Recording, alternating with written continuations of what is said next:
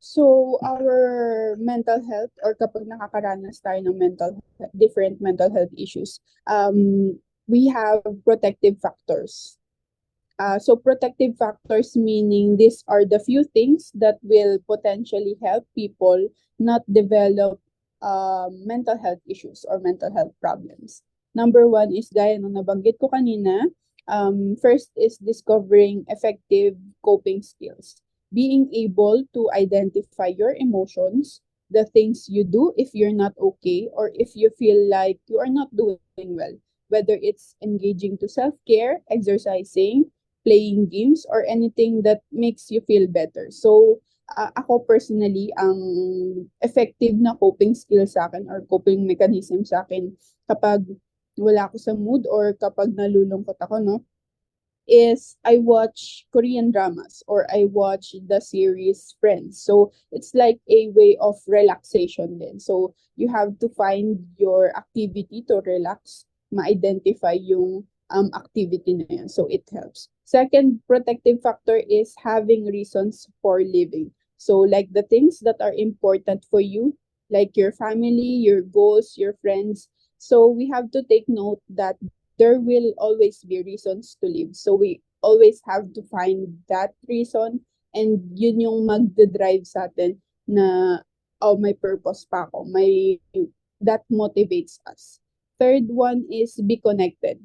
Be connected um not in terms online or in social media, hindi ganon, but being connected personally, building that physical and emotional connection with your family, with your support groups and your support systems is a huge protective factor in mental health issues or mental health problems. And last protective factor is knowing the availability of healthcare. So it's essential to know who to talk or who to contact professionally or also where to go. There are lots of support groups and organizations who are always there for you. Like sa school natin, dito sa CCP, nandito ang Guidance and Counseling Office. Ang Hopeline PH, dito sa bansa natin, you can contact them anytime, 24/7 yung hotline nila. And also ang National Center for Mental Health, free yan lahat for consultations. Ang school guidance office is available din every Monday to Friday, 9 a.m. to 5 p.m. if ever you have concerns or problems with school. So again, a help is available to all of us. So ayun. Well, that's a good point, ma'am, na ito ngang, what do you call this, lahat ng mga available options. Thank you for, like, laying them down, and also itong mga protective factors, which are all important. And me as well, to my personal experience as a college student, and at the same time handling a huge organization here in our school, napakadaming nangyayari every day and nakaka-burn out, honestly. Just recently, I experienced like burnout. So what I just did is hindi ako niparamdam like on our social media, like sa Facebook and also sa Messenger. So what I just did is like I read books, listening musics, favorite musics, Celine Dion and um Taylor Swift and many more, and also watching movies. And that really helps me a lot. And having said that, I would like to say that these protective factors that you laid down are actually effective. Lalong-lalo na yung mga coping skills na nabanggit nga po ninyo na something na makakatulong to make you feel better, to make you feel that you're not burnout. So that is actually a very good sign. A very good and effective coping skills. And after that, I felt so better. Like kinabukasan, back to normal na ulit, competitive na ulit, balik na ulit sa normal world. So having said that, ma'am, later on I will have like one more questions, but in the meantime, we will have to take a break.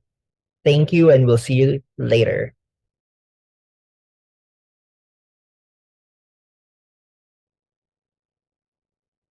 All right, and we're back. So, eto na nga, I am very happy with all the conversations that we had. So, I also have like one question. Um, in terms of the celebration last month, ma'am, like September for the prevention of the suicide prevention campaign or prevention month, and now we're also dealing or like talking about the mental health, which is in celebration of the mental health awareness. I'd like to know, ma'am, for the benefit as well of our students and also of our listeners, we would like to know what is the main mission or like purpose of these celebration for this month, like the mental health awareness, and also in line with sa previous celebration that we had.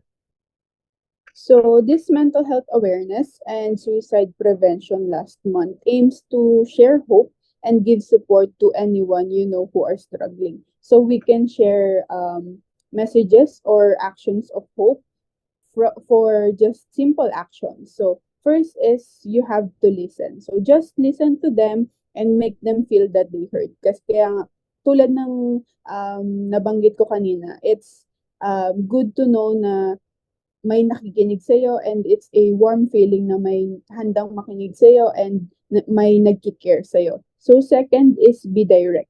So it's also great to directly say to them how can you help them, what can you do or offer to make them feel better. So in line with listening, it's also nice na makakarinig or pagpa-feel tayo na may handang tumulong sa atin or may handang mag-extend ng helping hand to support and to give hope to us. So third is be empathetic. Empathize to what they feel, understand where are they coming from, and listen attentively. So let's try to put our shoes to them and relate to them and gaya nga ng nabanggit kanina, no, hindi natin kailangang magsabi ng any words or any given words to advice kasi minsan listening and your presence is enough na rin para dun sa tao. So fourth is don't interrupt. So do not interrupt when someone is telling their story or expressing their emotions. So avoid telling them what they should and should not feel. Iwasan natin iwasan nating magsabi ng kung ano dapat at hindi dapat nilang ma-feel or magsabi na, oh, bakit mo nafe-feel yan? Or parang questionin kung ano yung nararamdaman nila. So, iwasan natin yun. So, lastly, of course, just try to be there for the person. Let them know that you are there for them kasi sometimes people will just assume na mag-isa lang sila or walang nandyan para sa kanila. So, it's good to hear from people or from their support group na like if you need someone, I'm just here for you. If you need help, I'm willing to help. Mga ganong comforting words.